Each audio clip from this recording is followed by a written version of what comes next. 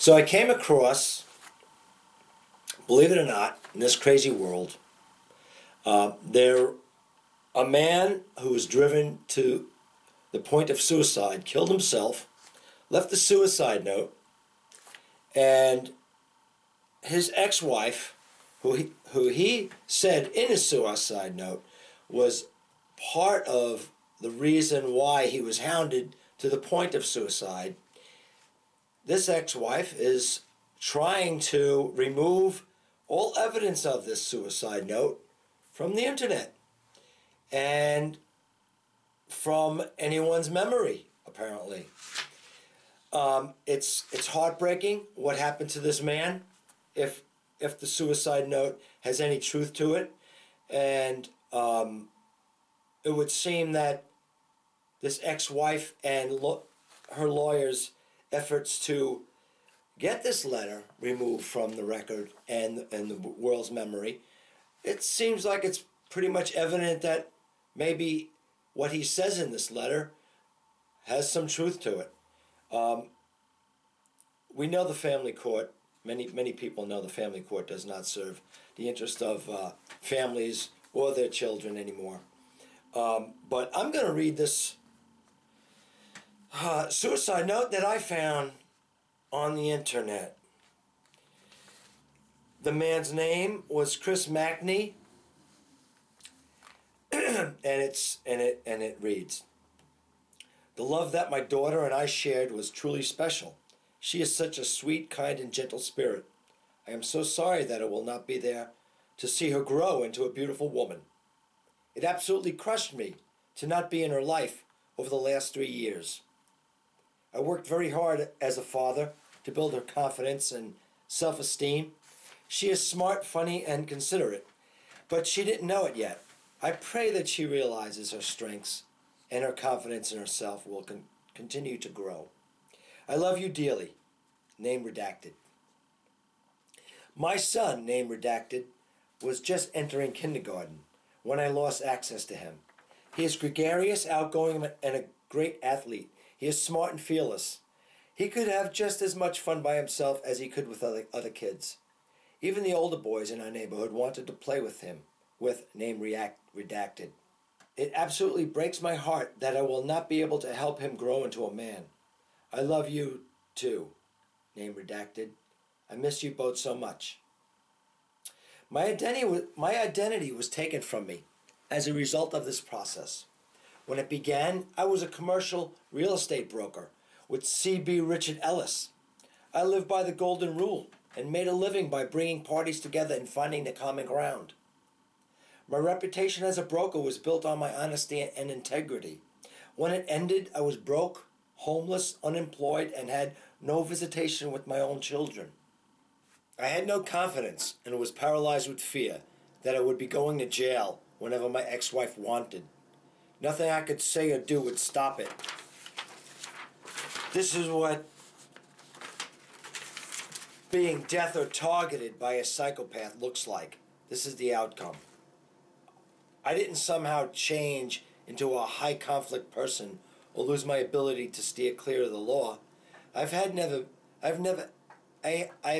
been arrested, depressed, homeless, or suicidal before this process.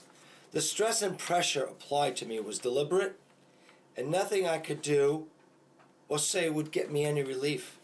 Nothing I or my attorneys said to my ex-wife's attorneys or to the court made any difference.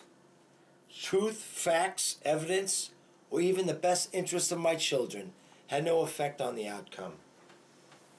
The family court system is broken, but from my experience, it is not the laws, it's the lawyers. They feed off of the conflict. They are not hired to reduce conflict or protect the best interests of the children, which is why third parties need to be involved. It should be mandatory for children to have a guardian ad litem with extensive training in abuse and aggression. It is absolutely shameful that the Fairfax County Court did nothing to intervene or understand the ongoing conflict. Judge Randy Bellows also used the children as punishment by withholding access for failing to fax a receipt. The entire conflict centered around the denial of access to the children. It was inconceivable to me that he would use children like this. This is exactly what my ex-wife was doing, and now Judge Bellows was doing it for her. To all my family, friends, and the people that supported me through this process, I am so sorry. I know my reactions and behavior throughout this process did not always make sense. None of this made sense to me either. I had no help, and the only suggestion I got from my attorneys was to remain silent. At first, I did what I was told, remained silent and listened to my attorneys. Then after I had given my ex-wife full custody and tried to appease her, I learned about psychopathy and emailed Dr. Samino about my concerns and asked him for help. Of course, I was ignored. As the conflict continued, I was forced to defend myself. When that didn't work, I thought I could get the help I needed by speaking out. There is no right or wrong way to defend yourself from abuse. Naively, I thought that abuse was abuse, and it would be recognized, and something would be done. I thought speaking out would end the abuse, or at least get them to back off. It didn't. When no one did anything, they were emboldened. I took my own life because I had come to the conclusion that there was nothing I could do or say to end the abuse. Every time I got up off my knees, I would get knocked back down. They were not going to let me be the father I wanted to be to my own children. People may think I am a coward for giving up on my children, but I don't see how I didn't see how I was going to heal from this. I have no money for an attorney, therapy, or medication. I have lost 4 jobs because of this process. I was going to be at their mercy for the rest of my life, and they had shown me none. Being alienated, legally abused, emotionally abused, isolated, and financially ruined are all a recipe for suicide. I wish I was stronger to keep going, but the emotional pain and fear of going to court and jail because of exorbitant child support became overwhelming. I became paralyzed with fear. I couldn't flee, and I could not fight. I was never going to be allowed to heal or recover. I wish I were better at articulating the psychological and emotional trauma I experienced. I could fill a book with all the lies and mysterious rulings of the court. Never have I experienced this kind of pain. I asked for help, but good men did nothing, and evil prevailed.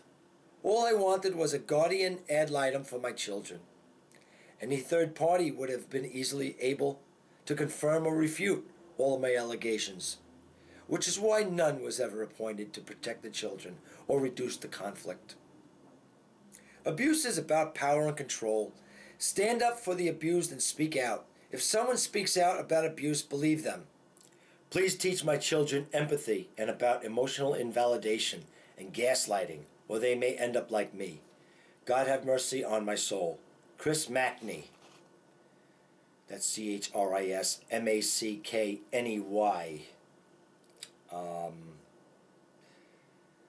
I believe this was in Arlington County, Virginia.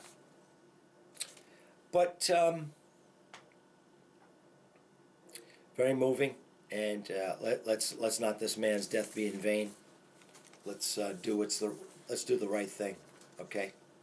I think it's outrageous that anyone could claim to own the words of a man who committed suicide.